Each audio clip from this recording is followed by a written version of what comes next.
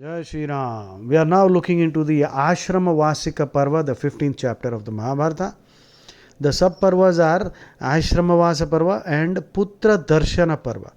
Putra Darshana parva is when all the slain warriors came out of the Ganga and their wives and other relatives who wanted to leave along with them just held their hands and they all returned to the higher regions from where they came. Now, this Putra Darshana Parva is very interesting, which actually is a counter to all those idiots who continuously criticize Krishna that he is responsible for the genocide, and also that this is a book of war. When they don't read, you see, ignorance is so dangerous. See, if they have read, they will understand that all of them were reborn. They came out of the river Ganga miraculously and they all went back with their families, because the Mahabharata originally is Itihasa, and Itihasa basically means this is how things happened. And yeah, you can question them if you do not, if you are not willing to, accept it. That's all right. We have no problem. But you have no right to ridicule, because if the genocide had taken place, they have all been brought back and sent back. So the picture is complete, which means that the genocide was itself an illusion. Okay, so even quantum mechanics supports the idea that the whole of this world is a holographic representation. So reality is an illusion, albeit a very persistent one, said Albert Einstein himself.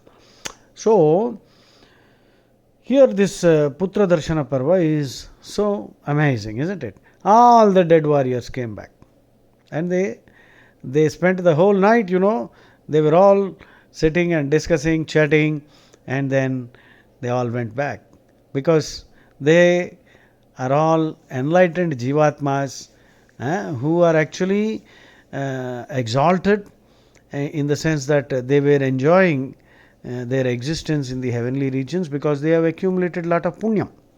They will have to later come down to be born on earth as humans and work out their moksha, salvation, nirvana, redemption, so that they can get out of this continuous cycle of birth and death.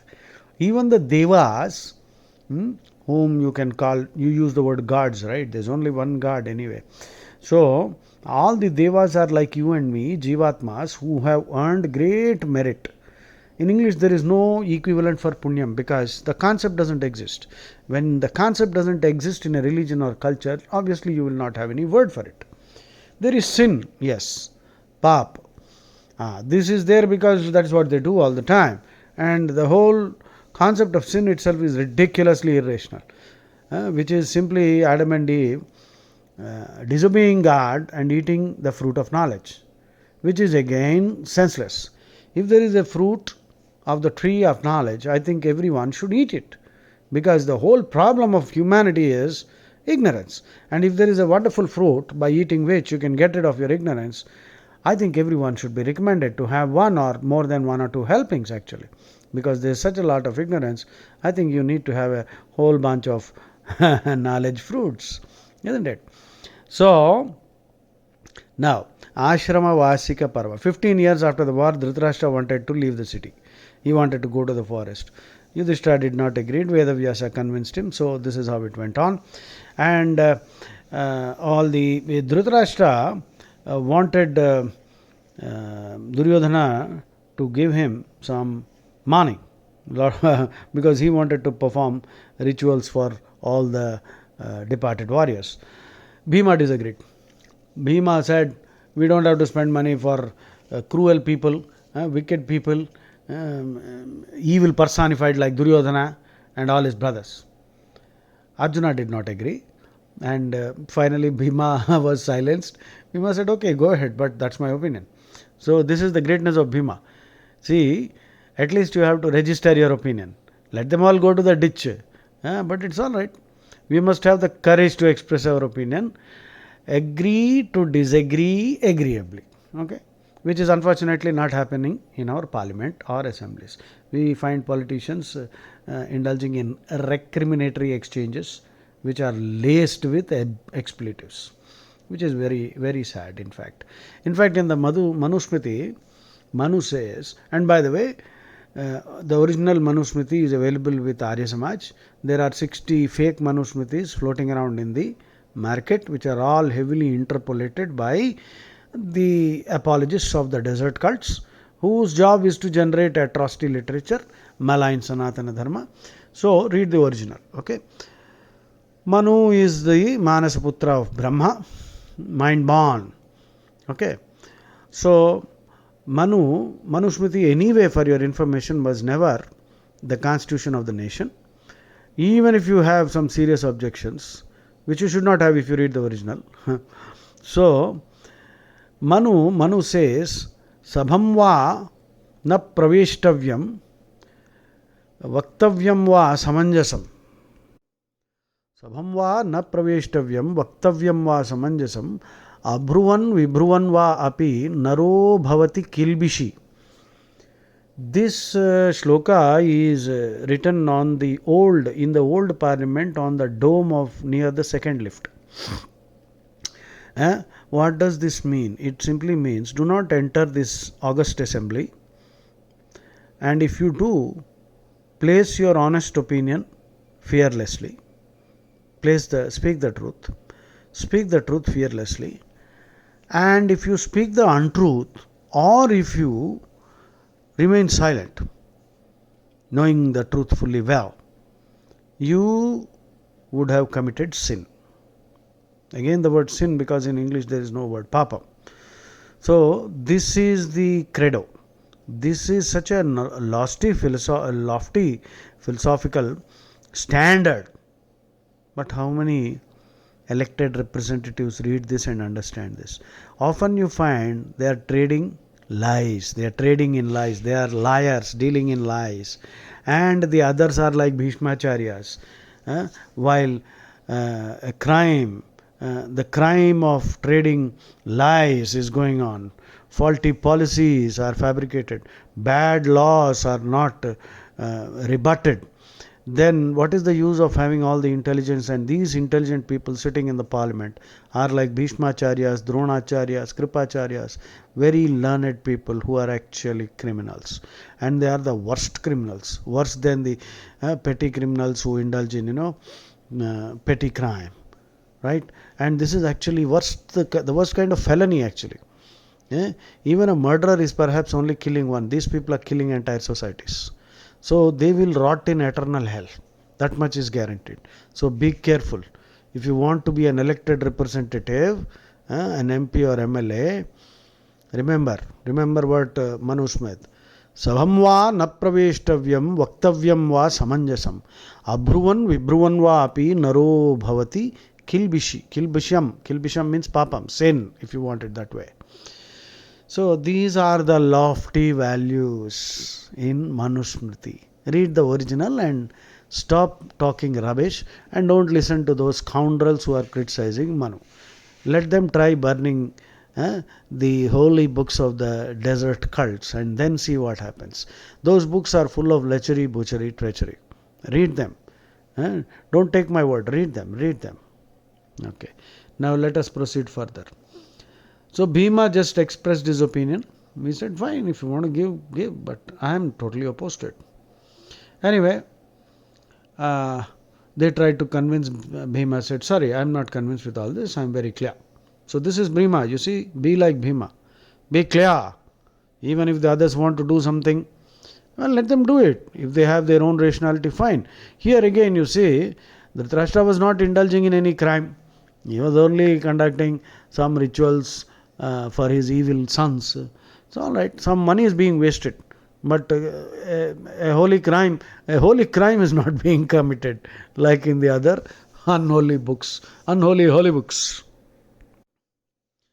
Now the next thing is Dhritarashtra wanted only Sanjaya and Vidura to follow him, and Gandhari, Kunti Devi also left.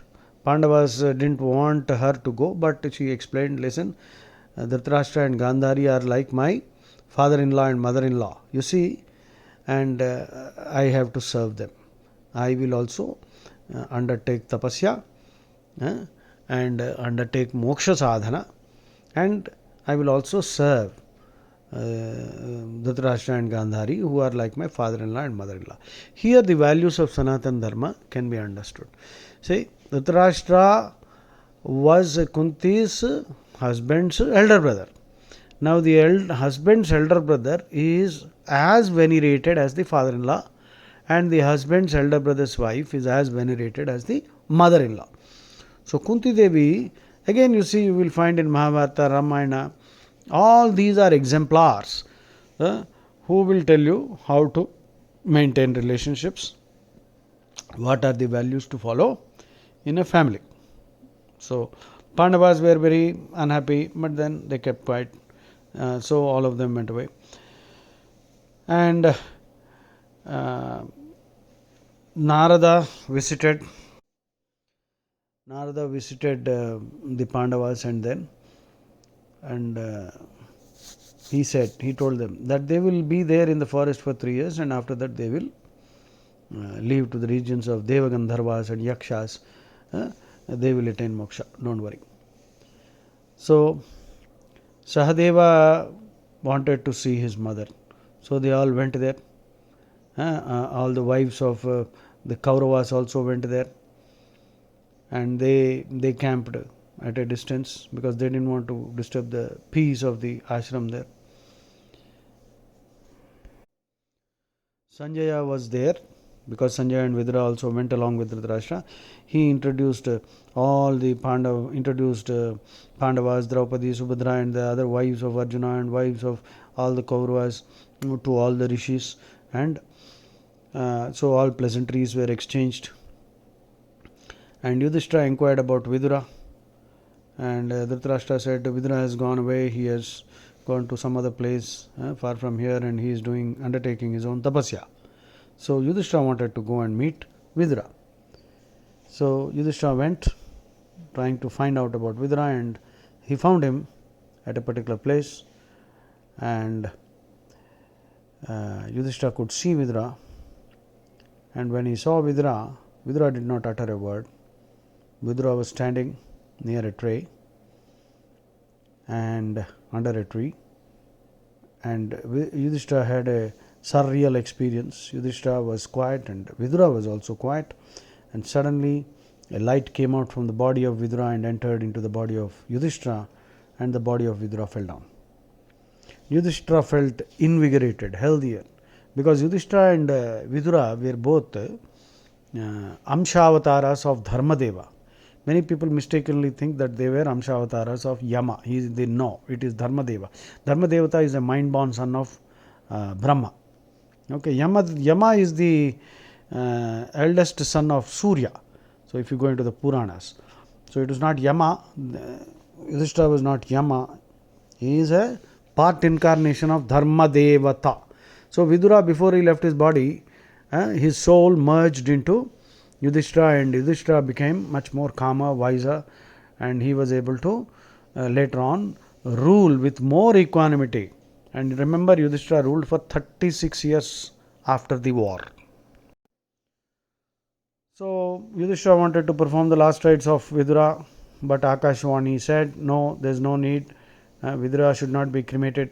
He should be buried like a sadhu, because cremation is for ordinary human beings whose bodies are polluted, and so once they are consigned to the flame, the pollution is got rid of. But a sadhu whose body is purity personified does not have to be cremated. He has to be buried. And you see, these Abrahamic cults, they bury their dead. If they continue doing that, someday the whole of the earth will be a huge burial planet. It will become a planet of burial. They will have to change the name of the earth. So besides that, when these rotting bodies full of diseases are buried, they occupy space. Real estate is so valuable. The human population is increasing. How can you go on burying people and then use up valuable real estate? That's one problem. Besides that, these bodies full of diseases will infect the earth, and insects will acquire that, and then it will be passed on to the environment, the trees, and then you see that is how a huge problem can be caused. And of course, in fact, most of the problems that are already existing perhaps are because of this. Somebody has to undertake a scientific study of this, but it is sufficient to understand that why should we waste real estate? Lakhs of hectares are being used to bury. When people are homeless, billions are homeless in this world, you are giving valuable real estate to a dead person, dead body. And even a beggar, when he is alive, he doesn't have a few inches of land, but once he is dead, he has a huge pit for himself and he starts polluting the earth. So we have to wake up. Singapore has banned, you see, Singapore cannot afford burial. Therefore, whether you are a Christian or a Muslim, no question of burial there. You will have to be incinerated. The world has to wake up to this fact. Reform is essential, by the way. So you see, this is the concept of reform that is there in Hinduism. Only such people who are truly pure and sattvic need not be buried. Okay, their presence wherever they are buried will have a spiritual aura also. It will recharge jivatmas. So that is the concept in Hinduism which makes spiritual sense. Okay. Next. So the most interesting part in this Ashramavasika parva is the, like I already said, Putra Darshana Parva. So Vedavyasa informed, enlightened Yudhishthira about and the Pandavas about who Vidura was. Vidura was actually Dharma Devata cursed by the Rishi Mandavya. Mandavya Rishi was sent to hell, and he was not sent to hell. But okay, wait a minute. The Mandavya Rishi's story goes like this. He was once caught by the soldiers of the king and charged with the offense of dacoity, along with other dacoits who actually committed that crime. And without examining the evidence properly, Mandavya was impaled. The others were impaled and they died. Impaling is piercing with a spear. Mandavya lay in pain, but he didn't die, though he was impaled on a spear. Like a cross, you see, crucifixion. So this is the kind of punishment that was given. Why? To be a powerful deterrent for people not to indulge in these criminal activities. So Mandavya Rishi did not die, and he suffered the pain for a long period of time. And then when he later on he was pardoned and let off, but a tip of the spear still remained in his body. The spear was cut off, but it couldn't be removed, because had it been removed, he would have died. And then he led a painful existence. He later on died and went to hell. You see the story how it goes. Then he asked Yama, "Why did you inflict this punishment on me?" Yama said, "You see, because this man was a great rishi. He was not eating meat, and he never harmed any creature. So why this punishment?" So Yama explained, "See, you as a child killed many insects. You impaled many cockroaches with a stick or something like that. So he killed many insects."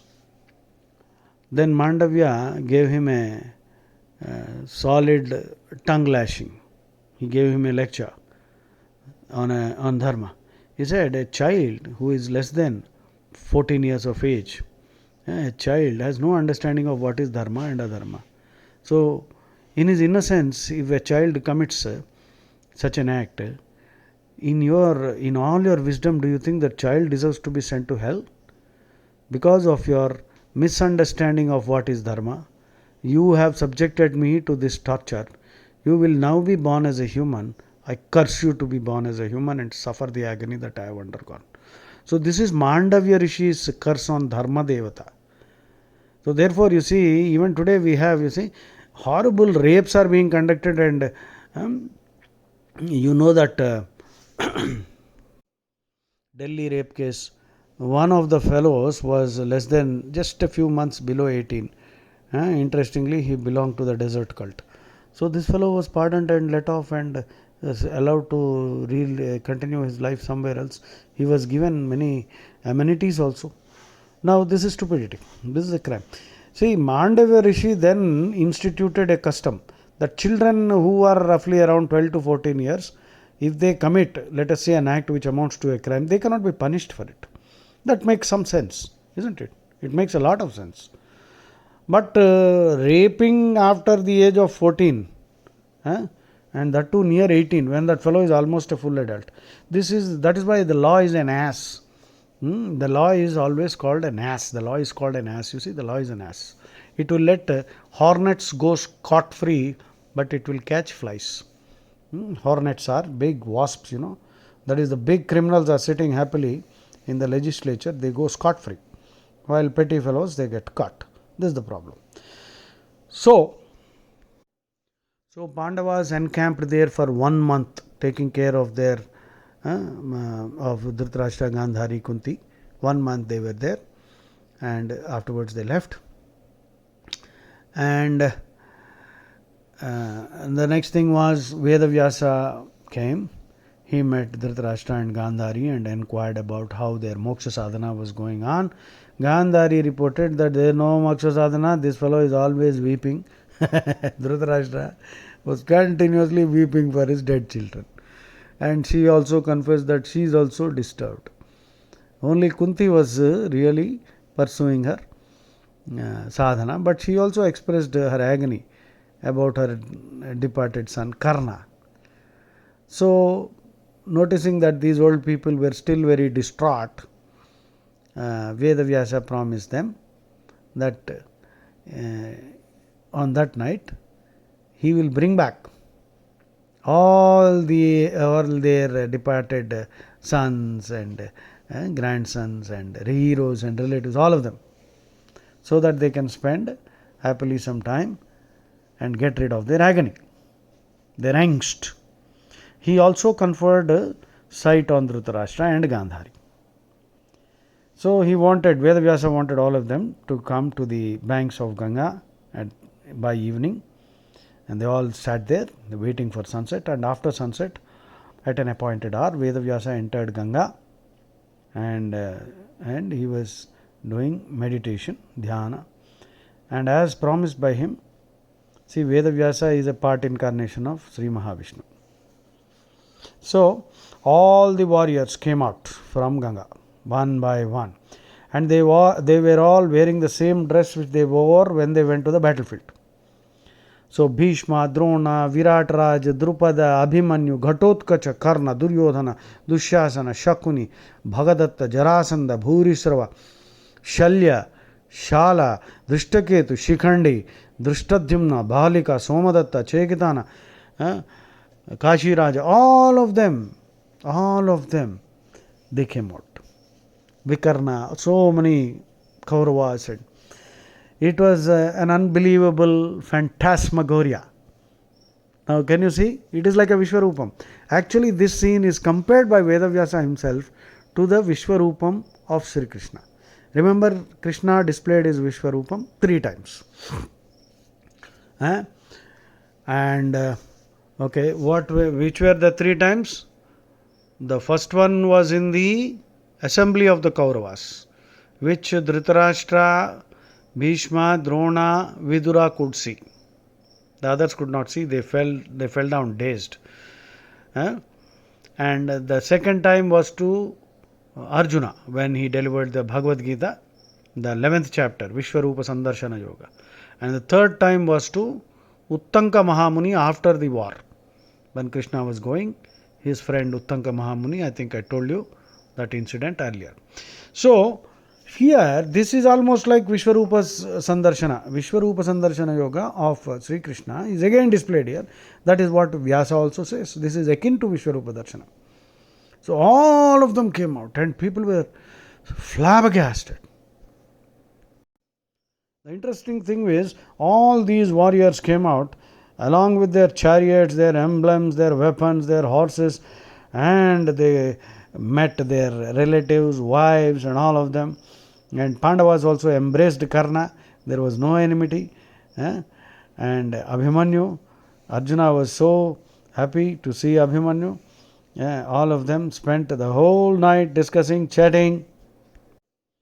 And then Vedavyasa told to the wives and the other relatives of everyone that if they wanted to go back along with their husbands, they can enter the river and they can reach the same worlds from which they were earlier living. On his advice, all of them, they entered the river holding their hands with their husbands. All the Kauravas, their wives, and therefore, this is called Sangama Utsavam also. This is also known as Sangama Utsavam. Sangama Utsavam. So, Pandavas were, everyone had another kind of darshan of Vishwarupa darshan, right? So, Vedavyasa came out of the Ganga and all of them thanked Vedavyasa, conveyed their respects for this wonderful vision and this wonderful blessing. Then in fact later on, Janmejaya asked Vaishampayana, how is it possible Vaishampayana, you see, Janmejaya is the grandson of Abhimanyu, Parikshit, and Parikshit's son was Janmejaya, and he asked Vaishampayana, how is it possible to bring out all the dead people who were already cremated? This is an interesting question. So Vaishampayana gave a deeply spiritual lesson. He says the soul continues to live. You see, the soul is not dead. That's what Krishna says, that's what Ved says. The body containing the 5 elements has been shed off. So when these 5 elements can be put together, the same body can be reconstituted. And only a yogi with his yogic power can do that. That is how the bodies have been recomposed and the Jivatmas have been given back their earlier bodies. So, what a one interesting thought. Whether you believe it or not, that's secondary. And anyway, I don't want to keep saying this. This is only for believers. So, you see, don't lose your sense of mystery. Science has not even scratched the surface of reality. Okay, reality is an illusion, like Albert Einstein said. And these are not dangerous dogmas like what you would find in the desert cults, where you have to proselytize the other fellow or kill him. So, these are, even if you don't want to accept them, still they will stoke your imagination, and imagination is so important for all scientific discovery too, isn't it? So, this is the sense of wonder which Albert Einstein used to repeatedly say, never lose your sense of wonder. In fact, Albert Einstein's description of God, once he gave it like this: it's like a child entering a huge library, and the child will see so many millions of books all arranged in some order which the child doesn't understand. Obviously, they must have been in some order, isn't it? So, when the child enters, he will sense, he will have this sensation that all these books, so much knowledge, all in a particular order. And he will then also realize that all this arrangement must have been done by somebody. That somebody must be God. So this is Albert Einstein's conception of God. What a wonderful thing! And this is exactly what you will realize about Hindus, Sanatan Dharma. That's why Krishna also says, Athava bahunaitena kimnyatena tavarjuna vishtabhyaham idam krutsnam ekanshena sthito jagat. What will you do by knowing all this, all knowledge? Your tiny head will not be able to carry it, by the way. Of course, he didn't say that. I'm just saying it. So, with a minute fraction of my energy, I am running this whole show. That's what Krishna says in the Bhagavad Gita. And to make it a little more clearer, Parashara Rishi in Vishnu Purana says, if you take the cross section of a human hair, well, that has to be done under a powerful microscope, isn't it? If you take the cross section of a human hair, a 10,000th part of a 10,000th part, with that much energy, Krishna is running the whole of this entire multiverse, not just universe. Because multiverses exist, parallel universes exist, which is what quantum mechanics also suggests. So, let us leave it there. So, Hinduism will help you understand quantum mechanics better because the seeds are still there. So quantum physicists should actually study Upanishads to get more ideas and be more inspired and make the world a better place, because philosophy is the mother of science, and not all ideas in philosophy have been verified by science. Science has only taken a few. There are billions. Like Newton once said, when he was asked by his nephew, the whole world thinks you are a great genius, what do you think of yourself? He said, I am a little boy picking pebbles on the seashore. The implication is obvious. There are millions of seashores spread across the world and billions of pebbles. So Newton had the humility to say that he just picked up a pebble or two, and trillions exist there. And so that's what I think I am. And the implication is all humans, we all have to work to understand more, because what we understand is nothing. We know a lot, but we understand nothing. Okay. So Yudhishthira again started weeping. He wanted to stay back with Gandhari, Kunti, and Dhritarashtra to serve them, because he was feeling so full of compunction. He was full of remorse. But Vedavyasa explained, listen Baba, you are the king, you should go back. Finally again Yudhishthira had to be convinced. So they went back.